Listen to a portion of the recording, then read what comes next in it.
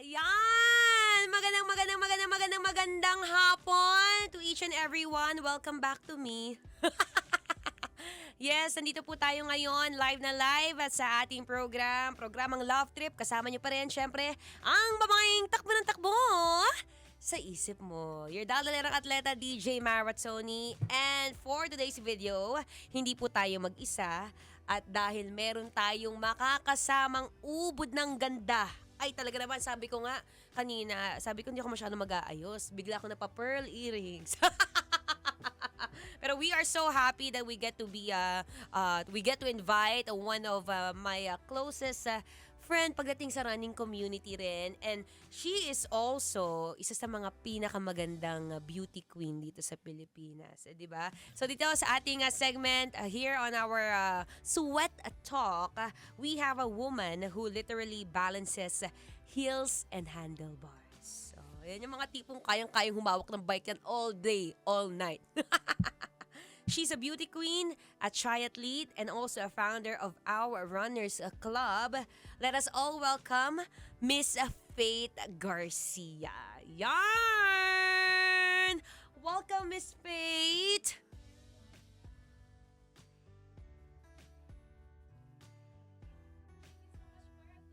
Pag-invite sa akin and I'm very excited for this afternoon. Ayan, maraming salamat, Miss Faith Garcia. But again, I am so sorry, hindi pala natin naiangat yung mic.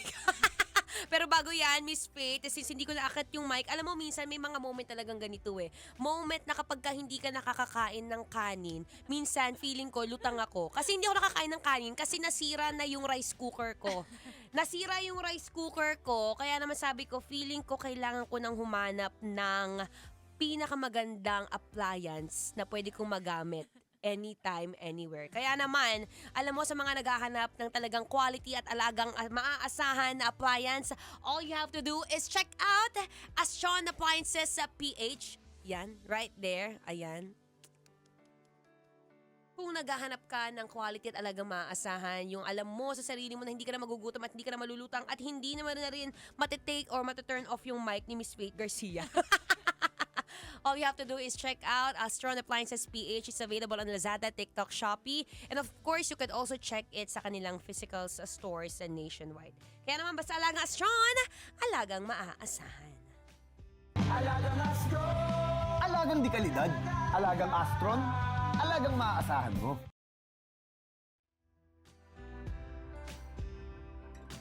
Ayan, there you have it again. Let us all welcome with pride ang ating beauty queen and also a triathlete, Miss Faith Garcia. Miss Faith, good afternoon. Hi everyone! Good afternoon sa ating mga listeners and viewers this afternoon. I'm very excited na makachikahan ka. So, yan. Kumusta si Miss Faith? I'm okay. I'm very happy. So, medyo busy but yan. Thank you so much for having me. Yes, thank you rin, of course, for this opportunity na I get to interview you, Miss Faith Garcia. And alam mo, ito talaga yung gusto ko itanong. Malalim na tanong. Grabe. Parang pang Q&A yata to, sis. Since sanay naman siya mag-Q&A, ang gusto ko lang naman itanong is paano yung, tingnan nyo ha, titigan nyo guys, sa Facebook Live natin, paano mo masasabi na isa siyang beauty queen / triathlete. Triathlete, nagbabike, tumatakbo, nagsiswimming, all at the same time. So paano? Anong sikreto? Dasal? Hindi naman. Actually, sa mga hindi nakakaalam, nag-start talaga ako as an athlete bago ako naging beauty queen. So, ang first love ko talaga is sports. Nagkataon lang na parang medyo yung landas natin napunta doon sa mga beauty pageants. So, yun. Pinasok ko na din yung mundo ng beauty pageants. Pero nauna talaga ako as an athlete. Oh, wow. So sa mga nagtatanong ha, kung ano nga ba ang nauna kay Miss Faith, pagiging beauty queen? Kasi sa mga hindi po nakakaalam, sa MBC po kasi we have this event, what we call the Aliwan Fiesta. So if I'm not mistaken, Miss Faith, you've been our Aliwan Fiesta queen last 2015. Yes, as a Ayun. first runner-up. So, grabe, wag na Yun. kayo mag-compute ng age, guys. Kasi malalaman yung age natin. So, yun, long time ago, 11 years ago na siya, sis. Oo nga, grabe. So ayun, nauna pala ang love niya for sports bago for pageant. Pageants, yes. Pero ito bago tayo mag live sa ating radyo, let's hear from our listeners ngayon dito sa comment section. Ayan, may nagko-comment dito tayo, Miss Faith, at ang kanilang mga comment. I-shout out natin sila. Ayan, si Miss Joyce. Hi, Miss Joyce. Pares pa kami ng last name. Diba? Hello po, good afternoon. Baka magkamag-anak kayo Medyo konti lang kasi yung kamag-anak namin po dito.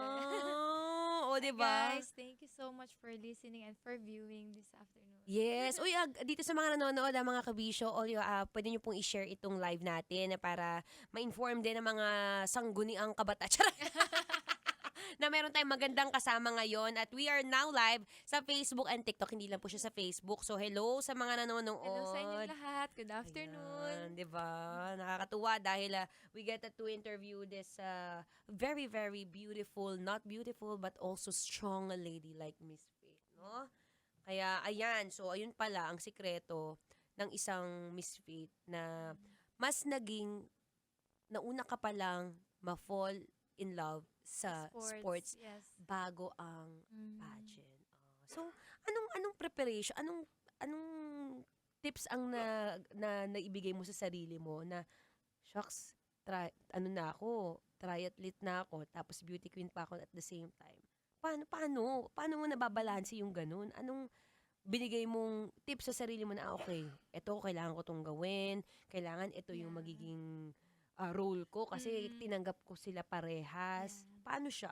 Actually, mahirap talaga sa totoo lang. So, during those times na nagpa-pageant ako, hindi kaya na isabay yung, like, pagre-race. Hindi ako makapag-training. Kasi yung pageant itself pa lang, iba yung training niya. Sobrang hirap ng training for beauty pageant.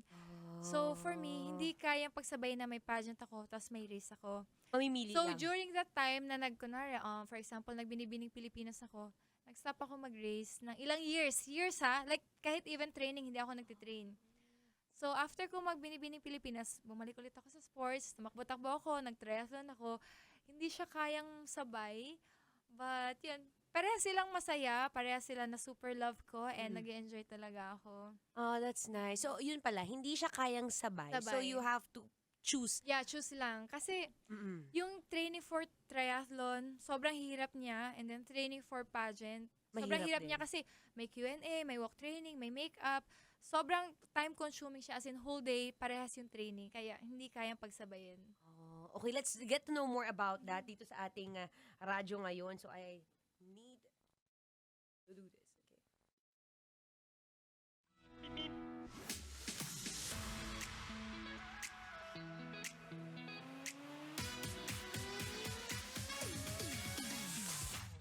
Okay, alright. I am back, everyone. Welcome back to me. And not only me, may kasama rin tayo for today. Kagaya nga ng sabi ko kanina, she is a beauty queen. She is one of our MBC San Ren Queen nung Aliwan Fiesta 2015. She is also the Miss Aura International 2021. She is also the co-founder of the All Runners Club. Isa po siyang running club dito sa Pilipinas. And isa rin siya sa isa sa mga pinakamalapit sa aking puso. Let us all welcome Miss Faith Garcia.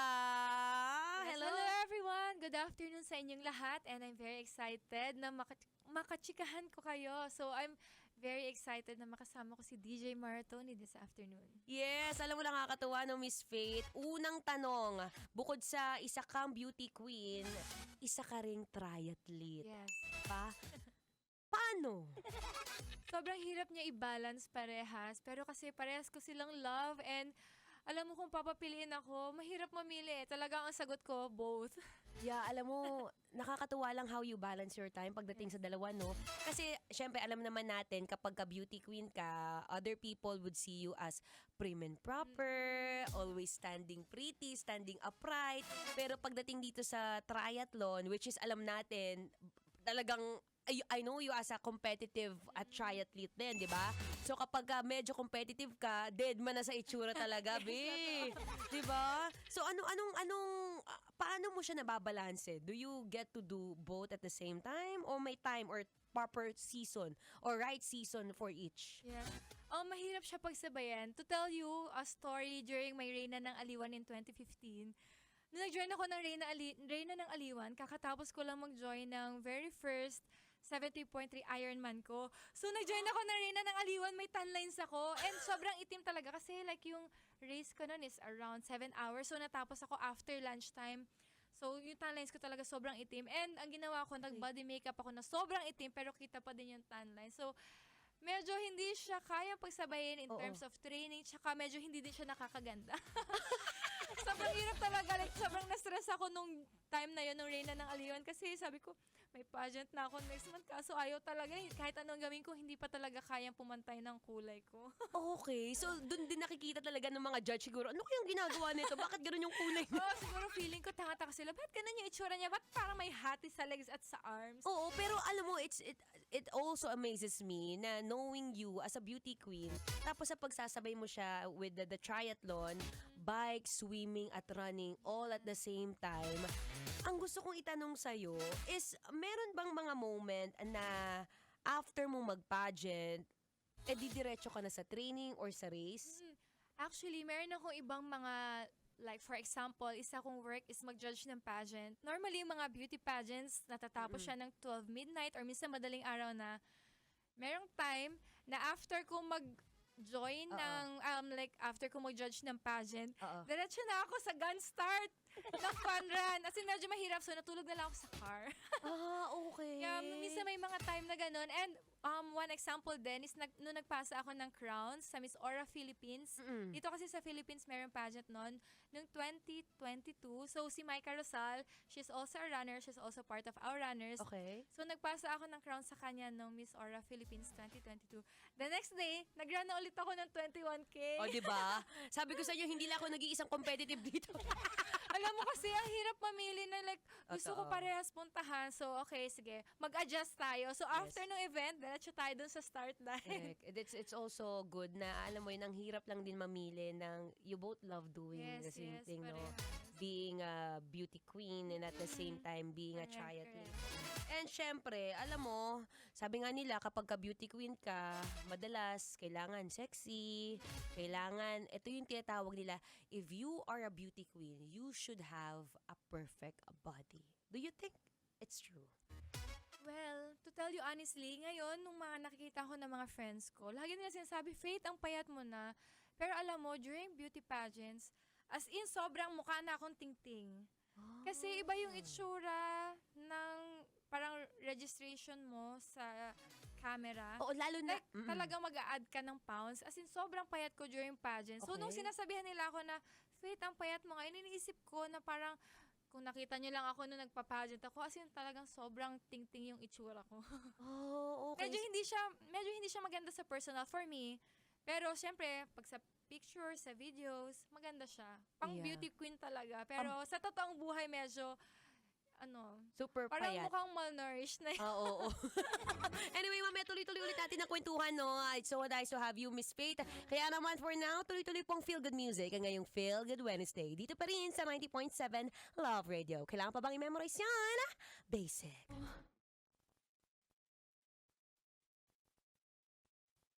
Ayun. O, di ba? So, going back to what we're talking about kanina.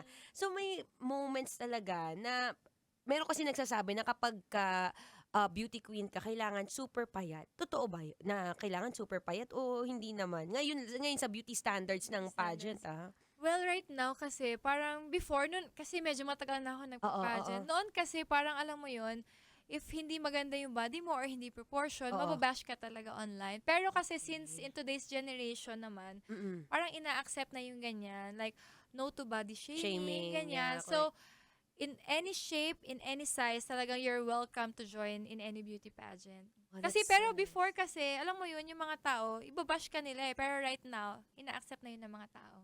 Oh, that's nice. Ang ganda nun na in any shape, in any size, you are now welcome to the Yes. beauty industry, beauty Yes, pageant, correct, pageantry, no?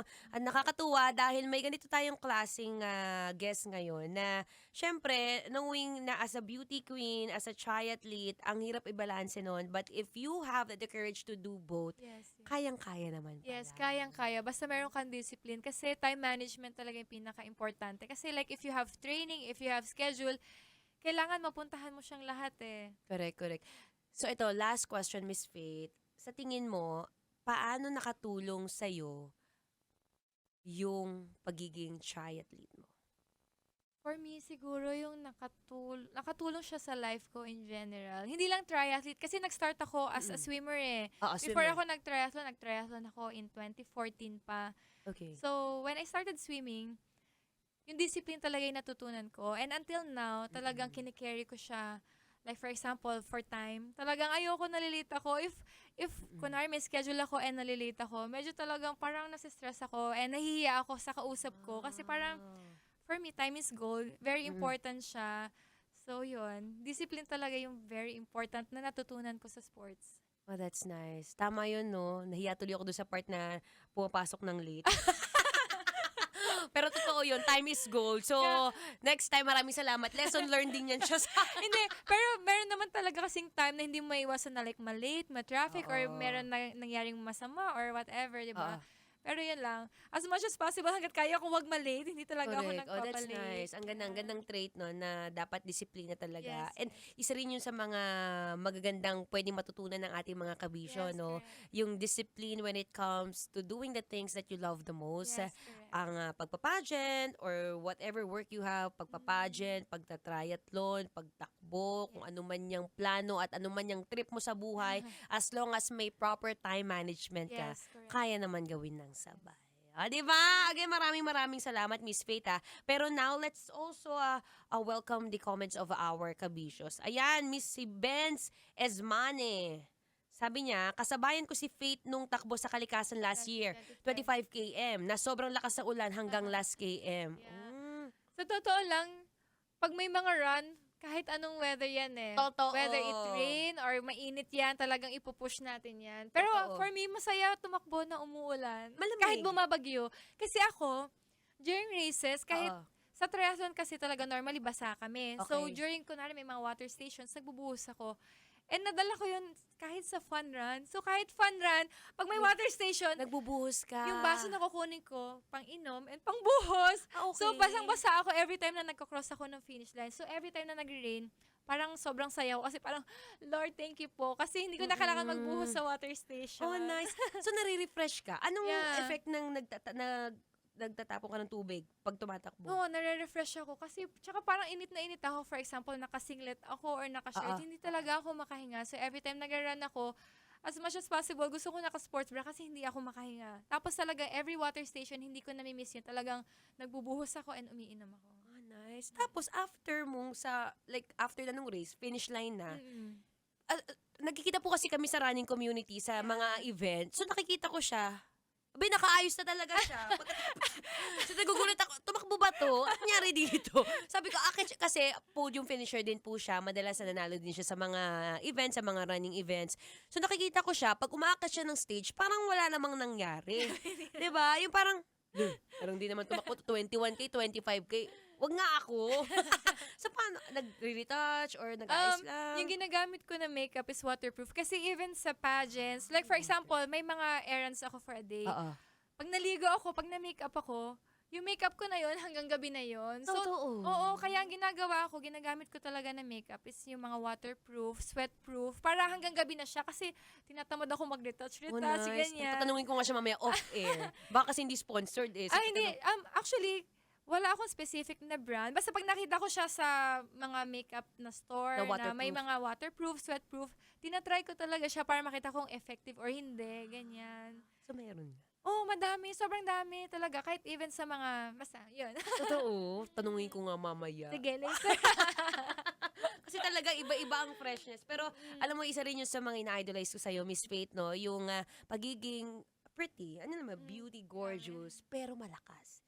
Yun din yung mga gusto natin. Hindi pwedeng maganda lang, dapat malakas din. Yun ang mga motto natin sa life, no? Kaya, So much, sis. kaya nga, nakakatuwa siya. Kaya marami pa tayong comments from here. Ayan, congrats sa BHM. Oh, yan, nag-BHM ka rin. Yes. Bulacan Half Marathon na mga Yes, nung magaplatito. Sunday. Oo. Platito ang medal talaga. Kumusta? Masaya. Actually, last year, na-miss ko yung BHM kasi may kasabay siya na schedule ko. So, this year, natutuwa ako dahil nakapag-join ulit ako. Medyo nalulungkot lang ako kasi syempre may inhabol tayo na time. Oo. Hindi ako nakakain ng mga lechon, yung mga Oo. pakwan. Nakita ko na lang sa mga posts nila. Sabi ko, nainggit naman ako. Kasi Correct. sabi ko, may hinahabol kasi ako na time eh. Totoo. Oo, Yeah. mamimili ka lang din talaga eh. It's either recreational runner or competitive Yeah. runner ka. So every time nadadaan ako sa mga station, talaga hindi na ako tumitingin sa gilid kasi parang matetempt ako na parang kumuha or mag-stop. Hindi ko naman kayang kumain habang Totoo. tumatakbo. Oh, kumakain niya si Miss Faith ha, ng lechon pa yan. Yeah. Oh, ito na last question. May restrictions ka ba sa food or May allergies lang ako pero hindi ako nagda-diet.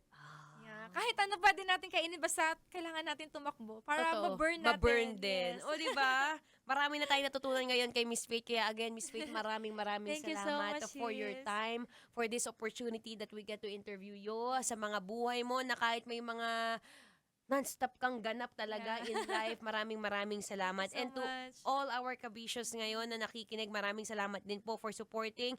And Miss Faith, saan ka namin pwede ma-follow? Any upcoming events na pwede namin ikaw masubaybayan? Yes. please? Yung aking social media accounts, you can follow me sa Facebook, Alexandra Faith Garcia, and Facebook page, Alexandra Faith Delaria Garcia, and Instagram ko at F8 Garcia. So, yun.